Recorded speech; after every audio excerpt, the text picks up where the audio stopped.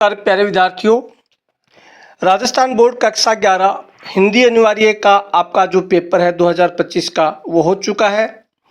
इस पेपर में की पूरी आंसर की है उसका फुल सॉल्यूशन आपको हमारी इस वीडियो में हम उपलब्ध कराएंगे। आपको वीडियो पूरा देखना है और देखकर अपने उत्तरों की जांच करके आपको कमेंट के माध्यम से ये बताना है कि आपके पेपर में आपको कितने अंक प्राप्त हो रहे हैं, यानी 100 में से आप कितने अंक प्राप्त कर रहे हैं। सबसे पहला क्वेश्चन है, निम्नलिखित अपठित गद्यांश को ध्यानपूर्वक पढ़कर दिए गए वस्तुनिष्ठ प्रश्नों के उत्तर दीजिए। यानी ये जो गद्यांश दिया गया है इस गद्यांश को आपको पढ़ना है और इस गद्यांश को पढ़ने के पश्चात आपको इन वस्तुनिष्ठ प्रश्नों के उत्तर है वो आपको देने हैं। सबसे पहला क्वेश्चन है, प्रस्तुत गद्यांश का उचित शीर्षक क्या होगा? तो इसका ऑप्शन होगा आपका क्रमवीर। क्वेश्चन नंबर 2, क्रमवीरों की किस विशेषता को बताया गया है? यानी क्रमवीरों की विशेषता है वो कौन सी विशेषता बताई गई है? ये तो क्रमवीर क्या विधन देकर घबराते हैं, भाग्य के भरोसे दुखी रहते हैं, कठिन से कठिन कार्य से भी परेशान नहीं होते हैं। तो कौन सी होगी? कठिन से कठिन कार्य से भी परेशान नहीं होते हैं। विधन देखकर घबराते हैं, नहीं घबराते हैं, भाग्य के भरोसे दुखी रहते हैं, नहीं रहते हैं, कठिन से कठिन कार्य से भी परेशान नहीं होते हैं। यानी कोई कठिन से कठिन कार्य है उससे भी परेशान नहीं होते हैं। उसके बाद में अगला क्वेश्चन, इसमें आपका ऑप्शन होगा द, यानी उपयुक्त सभी। विधन देखकर घबराते हैं, नहीं घबराते, और भाग्य के भरोसे भी दुखी नहीं होते हैं, और कठिन से कठिन कार्य से भी परेशान नहीं होते हैं, यानी ये सभी। उसके बाद में आपका है अगला, क्रमवीर के कलेजे को कौन नहीं कपा सकता है?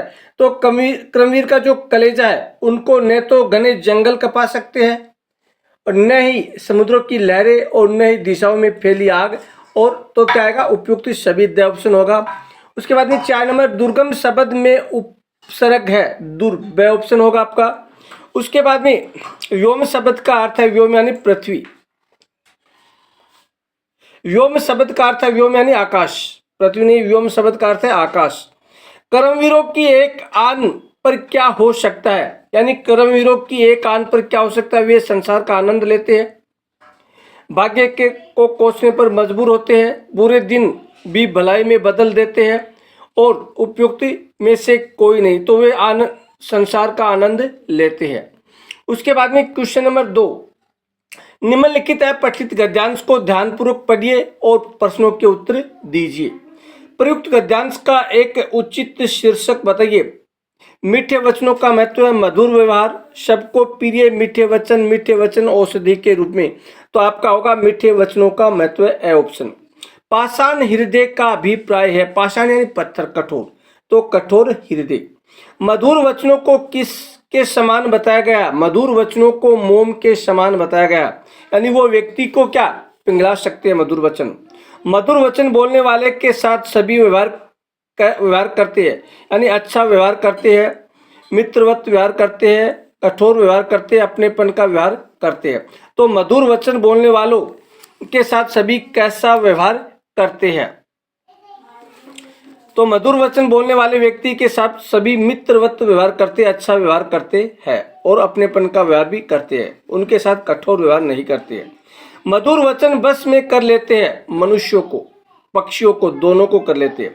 उसके बाद में पाषाण हृदय को कौन पिघला सकता है? यानी पाषाण हृदय को मधुर है वचन वो पिघला सकते हैं, आपका स ऑप्शन होगा। उसके बाद में क्वेश्चन नंबर 3, निम्नलिखित वस्तुनिष्ठ प्रश्नों को पढ़कर उनके उत्तर दीजिए।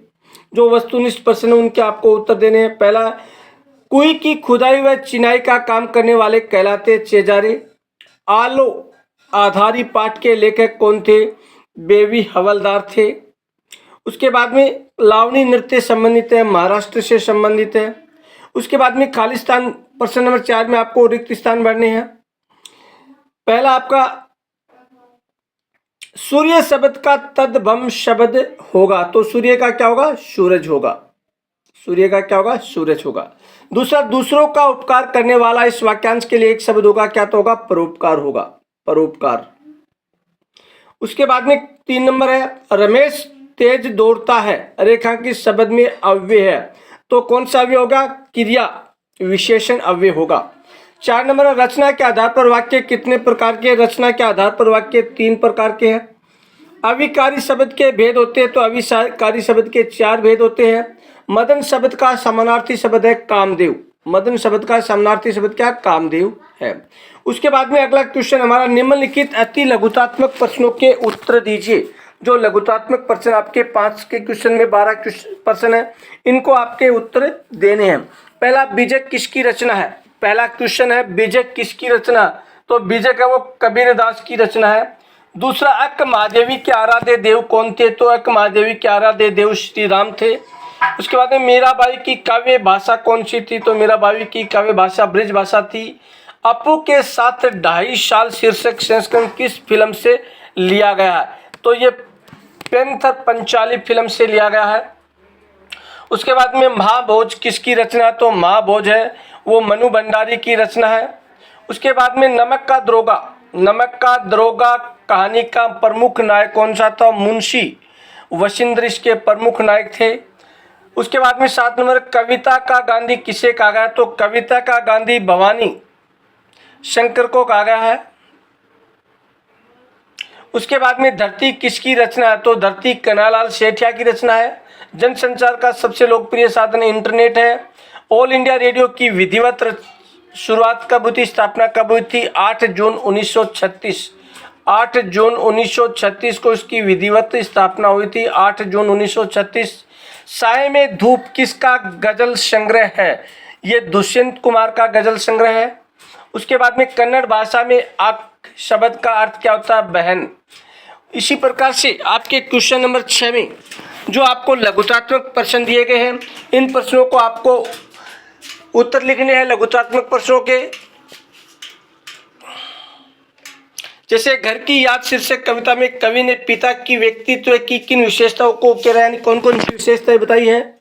नमक के दरोगा कहानी में पंडित अलोपीदीन के व्यक्तित्व में कौन से 2 पहलू रहे। इस प्रकार से आपको इन 11 क्वेश्चनों के उत्तर देने हैं। क्वेश्चन नंबर 7, निम्नलिखित गद्यांश की सप्रसंग व्याख्या कीजिए। और 8वें प्रसंग पद्यांश की आपको व्याख्या करनी है। 9 नंबर, बंशीधर की चारित्रिक विशेषताओं का वर्णन कीजिए। इसी प्रकार से आपके जो क्वेश्चन नंबर 10, 11, 12, 13 इन सभी क्वेश्चनों को आपके जो निबंधात्मक है, दीर्घ उत्तरात्मक क्वेश्चन है, उनके उत्तर देने हैं। उसके बाद में क्वेश्चन नंबर 15, क्वेश्चन नंबर 15 में आपको क्या करना है? जिला शिक्षा अधिकारी जयपुर, किसको? जिला शिक्षा अधिकारी जयपुर की ओर से एक कार्यालय पत्र प्रधानाचार्य राजकीय उच्च प्राथमिक विद्यालय कुकश जयपुर को लिखे, जिसमें कक्षा 12 में कमजोर विद्यार्थियों को अंग्रेजी विषय के अध्यापन के लिए अतिरिक्त कक्षाओं का प्रावधान करना है। एक कार्यालय पत्र लिखना कलेक्टर के द्वारा, जिला शिक्षा अधिकारी द्वारा प्रधानाचार्य को, तो जो कमजोर विद्यार्थी है उनके लिए अतिरिक्त कक्षाओं की व्यवस्था करें। इसमें आपको अथवा दिया गया पेयजल आपूर्ति के संबंध में विशेष शासन सचिव की ओर से जयपुर मंडलायुक्त को एक अर्ध सरकारी पत्र लिखना है। उसके बाद में आपके क्षेत्र में आगजनी की घटना पर एक प्रतिवेदन तैयार कीजिए। कोई भी आपके क्षेत्र में आगजनी की घटना उस पर। उसके बाद में क्वेश्चन नंबर 17 में आपको क्या लिखना? निबंध लिखना 300 शब्दों में। इंटरनेट वरदान या अभिशाप, बालिका शिक्षा, स्वच्छ भारत और महिला सशक्तिकरण, इनमें से किसी एक पर आपको क्या करना है? निबंध लिखना है। यह था आज का आपका हिंदी अनिवार्य का पेपर, जो काफी महत्वपूर्ण इजी पेपर था। आप भी कमेंट करके अपने स्कोर को जरूर बताना कि आप कितने अंक प्राप्त कर रहे हैं। इसी के साथ जय हिंद, जय भारत, जय जय राजस्थान।